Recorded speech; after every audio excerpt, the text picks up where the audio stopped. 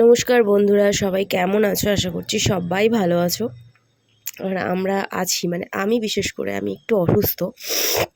গলার ভয়েস শুনে বুঝতেই পারছো, কথা বলতে পারছি না।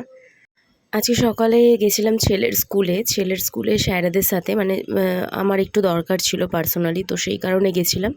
আর ওনারা বলেছিলেন যে ছুটির টাইমে দেখা করবেন, তো সেই জন্য গরমে আমাকে বাইরে বসে থাকতে হয়েছে। কিছু করার নেই, স্কুলের বাইরেই বসে থাকতে হবে। আর এত গরম, মানে কি বলবো। যাই হোক, তোমরা সবাই এই গরমের মধ্যে একটু বেশি করে জল খেও। আর পারলে বাইরে বেরোলে একটু সাথে করে নিয়ে যেও, বা নুন চিনির জল এরকম কিছু, নাহলে বাইরে এত বাজে গরম, মানে কি বলবো।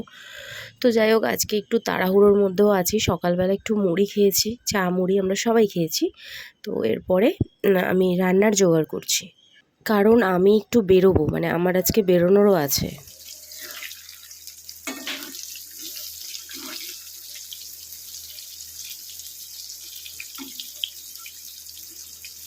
এদিকে তো রান্না বসিয়ে দিয়েছি, আর ওদিকে আমি মেয়েকে বলেছি যে তুইও একটু তাড়াতাড়ি হাত চালিয়ে ঘরটা মুছে নে।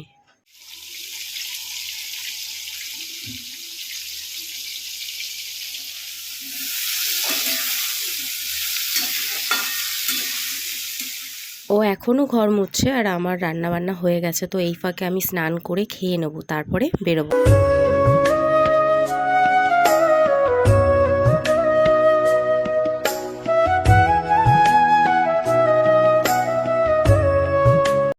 এটা হচ্ছে শিয়ালদা, তোমরা সবাই চেনো। তো সকালবেলা যেভাবে আমি ভিডিওটা শুরু করেছিলাম, তারপরে আস্তে আস্তে অন্যরকম সিচুয়েশন মানে হবে। এখনও সেই জায়গাটা আসেনি, তো সেটা আমি বলছি একটু পরে।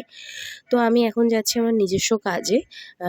তো সেখানে আমি এখন একাই বেরিয়েছি, আর ছেলে মেয়ে ঘরে আছে, রান্নাবান্না করে দিয়ে এসেছি, আমি নিজেও খেয়েছি। আর ওদেরকেও বলে দিয়েছি ওরা যেন খেয়ে নেয়।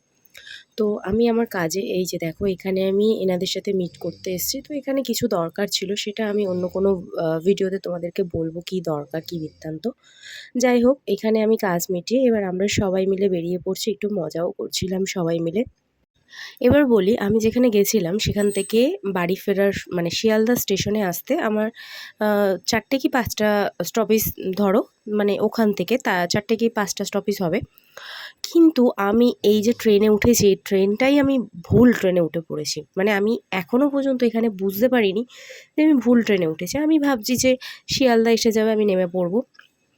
এবারে আমার তো আস্তে আস্তে প্যালপিটেশন চালু হয়ে গেছে, মানে 4টে স্টেশন যখন চলে গেছে, তারপরে আমি ভাবছি, আমি স্টেশনগুলো দেখতেও পাচ্ছি, দমদম, দমদম জংশন এরকম আমি দেখলাম।